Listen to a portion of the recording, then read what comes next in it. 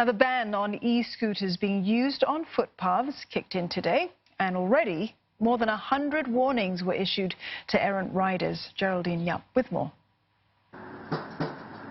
Despite the e-scooter ban on footpaths kicking in on Tuesday, several riders were still seen on these paths.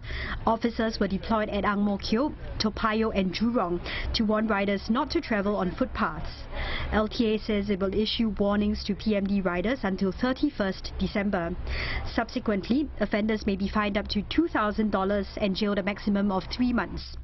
Many PMD users have voiced out over the ban, including 31-year-old Kenneth Tan. He started using an e-scooter about 6 months ago as he suffers from hereditary spastic paraplegia, a condition which prevents him from walking for long distances.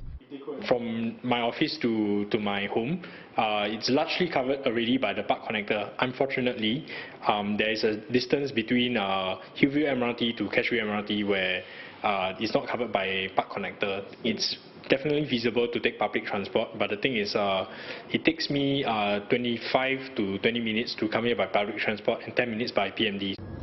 Some users seem to have found a way around the ban, riding on the grass instead. But the National Parks Board says it's illegal to ride on grass turfs without permission, and doing so could lead to soil erosion. Other users are already thinking of alternative modes of transportation. Several retailers CNA spoke to say they have already seen increasing demand for power-assisted bicycles or electric bicycles. We have received more calls from people who are asking whether they could switch from e-scooters to e-bikes, especially from food delivery riders where they no longer could use the e-scooter on pedestrian pathway.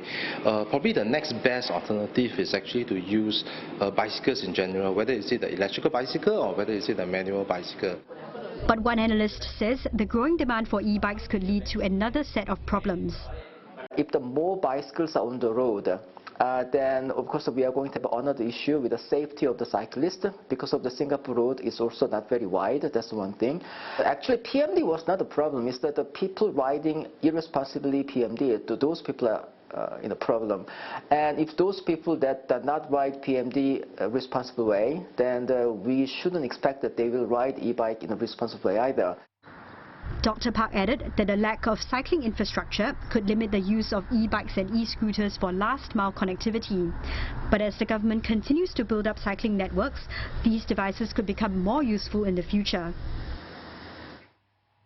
In a written reply to a parliamentary question today, it was also revealed that almost 300 people were treated at hospitals for PMD-related incidents last year.